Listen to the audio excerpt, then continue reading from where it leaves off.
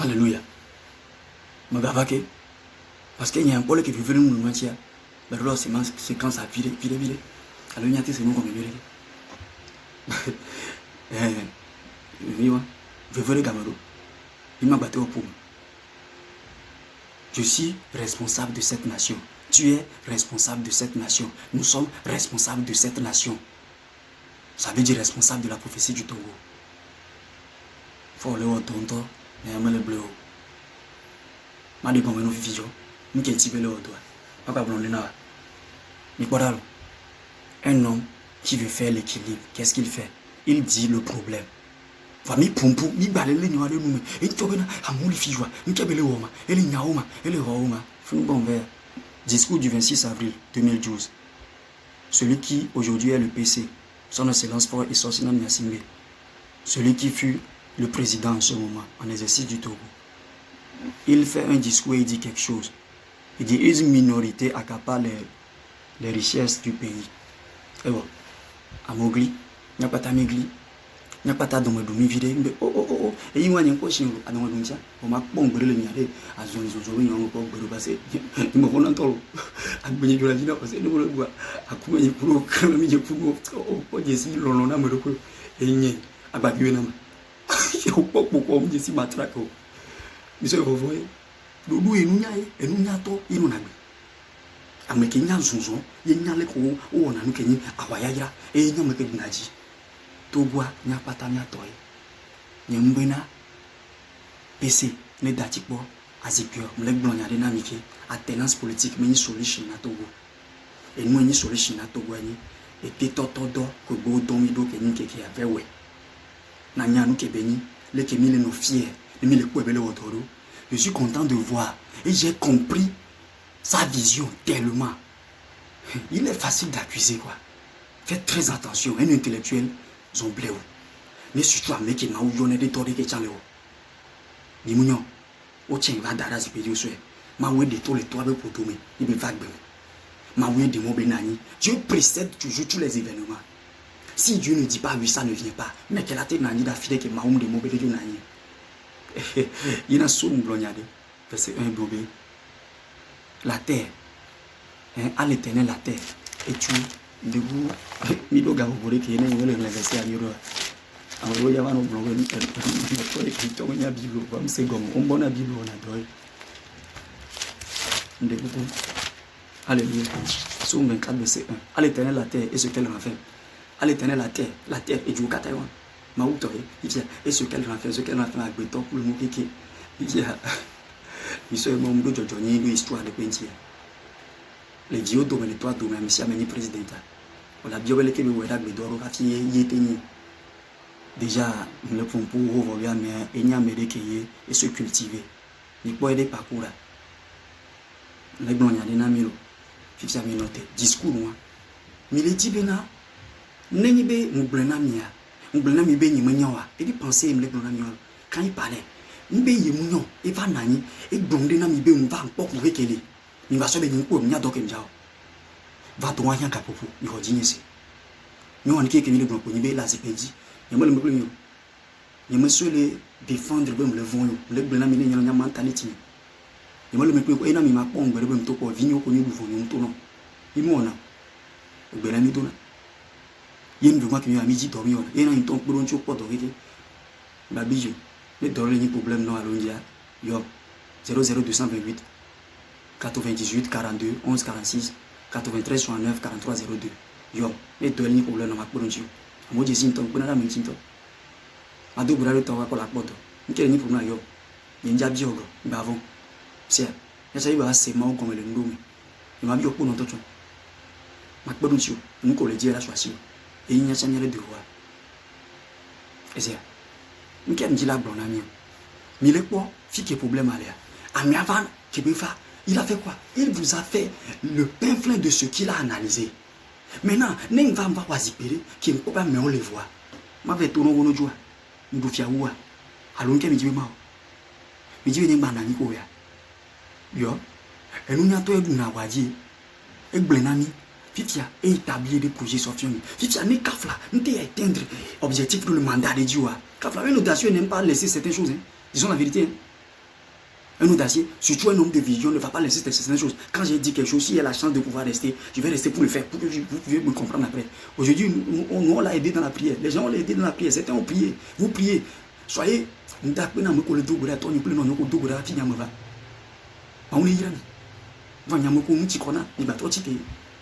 C'est pas facile.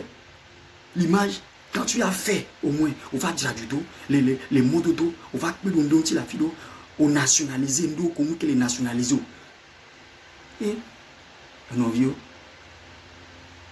Togo en tout temps les deux coups d'assis, mais où France est colonisée.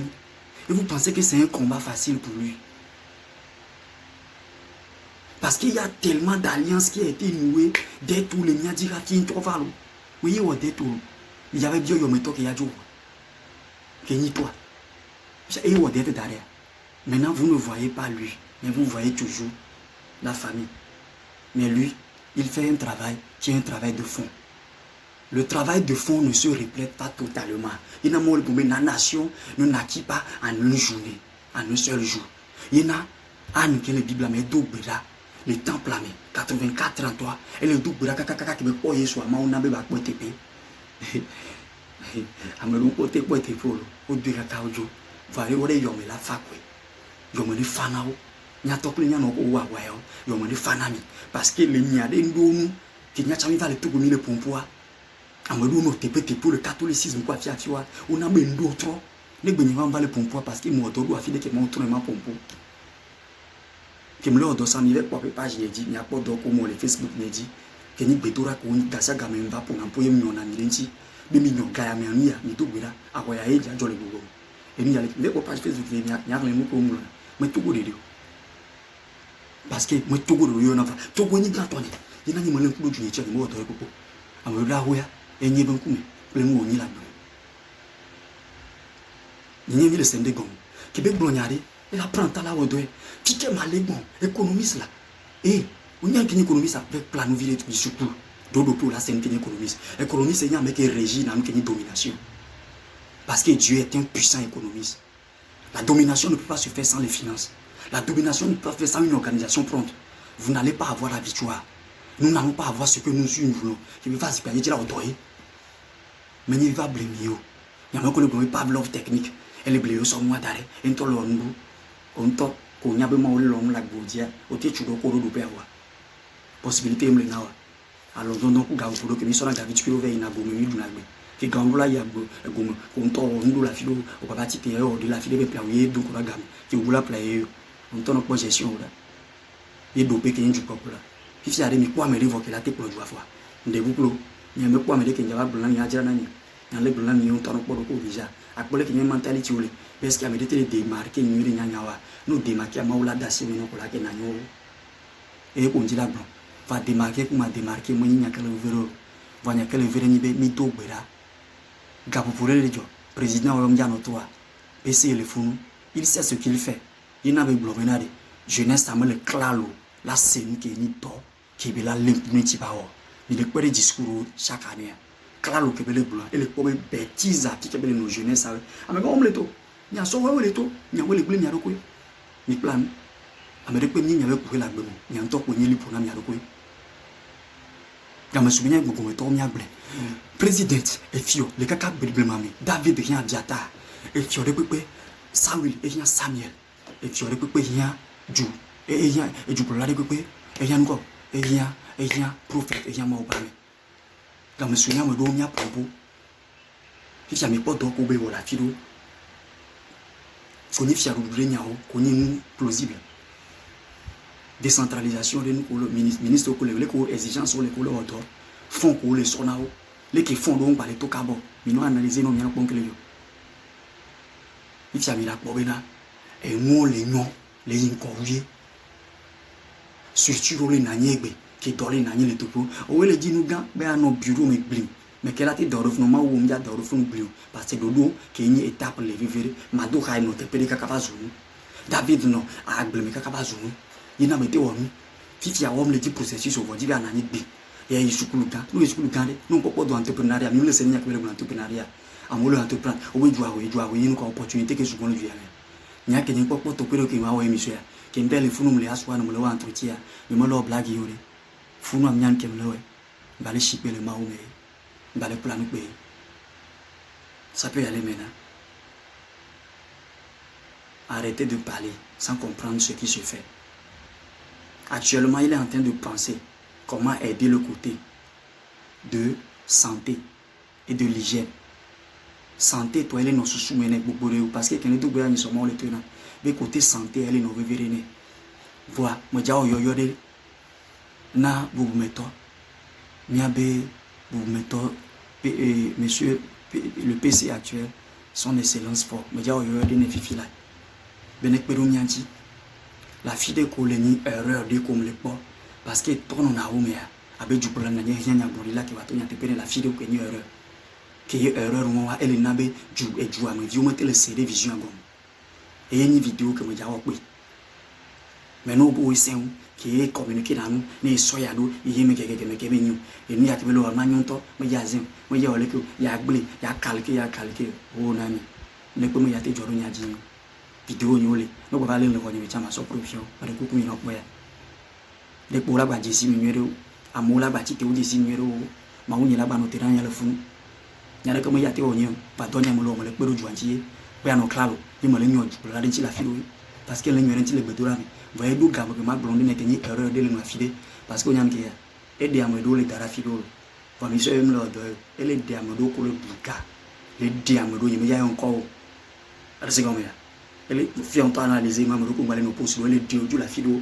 les sommes yova konyi nkume klalo konyi nunya to ko la tezo puis puis fiare minorité à ko le blanc oui elle blague ni ben toni minorité que les duga elle duga nya o le poda hele tane elle vonto nya nous qui voit d'arriver no ta no parce la deux yon vonto bomba nya bo le butam elle butam ya ira ina da hele tane e je si yombo fa da hezana ko on le bono adore la béni mais il veut le somme à voto, nous les petits femmes, elle est au tonton. Nous avons mis le Sénégal. Nous on a de la bonne pour nous garder mon train. Tu te peines pas, nous n'y pas me reconnaître associé là bon on vous donne quoi. Parce que les deux coups sont sans caca. Mais il y a un esprit d'excellence ça. Avec ton dans nos ans. Amaro que le 5 ans on les ñan kébé. Même dans nos ans. Nous quand on journée parce que tu as des objectifs à atteindre. Maintenant on s'en peut à me connaître entrepreneur pour nous pour le nao ou le nao nous on a beaucoup le soutenir parce qu'il y a des partis mais les partis les nao les vidéos on les jouer mais on va soutenir coup gars nous va bannir nous et nous toto soutenir n'a pas on soutenir nous toto vous voulez quoi il a besoin de vrais âmes pour travailler avec lui tu te démarques pas mais tu réclames quoi tu veux quoi en fait il y a un jour je vous dis la vérité il a quitté le côté présidentiel il est PC vous n'allez rien comprendre il y a un jour lui-même il va laisser le côté PC aussi parce qu'il aurait organisé les choses pour se reposer. Qui ne veut jamais se reposer dans la vie? Quand on voit finalement qu'il est compris, qu'on le célèbre après. Les gens qui ont dit et on a nous, les gens qui ont dit on a nous, les gens qui ont dit on a nous, na monto yi nous on bleu o mo on na o do da tu de ga me de fu na na me da tu o buru na wi les gens qui ont dit aussi o nya dossier o il y a un donné au politique. I don't know. Il me va faire mal le blanc, mais de wonder que nous n'y entendons pas la bonne. Nous voulons que nous puissions faire un qui doit y souder, mais nous voulons la tinti là. Maman la bena n'y entend n'y a pas mon temps n'y lo. Va venir bébé non fi comment. Nan no hanya dit le dipo. Il y a me quand n'y ma blanc mais de wonder pour mater nous Paul et moi le fou qui me lève là. N'y entend que les filles on y a assis que pour dire là ya. Le fou ne me de pas la gratier va poter. Alors nous ne comme pas la bonne. Tu veux me comprendre? Alors, pour pouvoir compromettre un peu de carré ou aller parce que j'ai dit là où aller à Molo. Il veut voir pour quatre lacs pour y boire. Maouliyo. Alléluia. Maouliyo ami. Imi. Oui, Maouba me a qu'il a dit bien. Alors, il y a un PCL ou autre chose. Me fort. Du peuple, on m'y vit venir. Et je me tue quelques temps. Gafo. Il n'y a pas de la maison là. Il a fié ou la fié, on le double à coup de passer, il y a fier le bonbon. Alors, beaucoup d'amour, qu'on y, Mamba Moyona, car ni pénétier, ma c'est ma bonne, qu'on y fait pas du poton. Et on est tombé mignolo, il y a d'autres arrivés. Bon, le vous dire, pas me dire, le pote qui est potent, c'est quoi qui a un babizio, un blémo, yo wacha me na mo ase yo ani ba te do bo njibi ni do bo kwa parce que funa no se o la nya we nya te pero la funcha amen.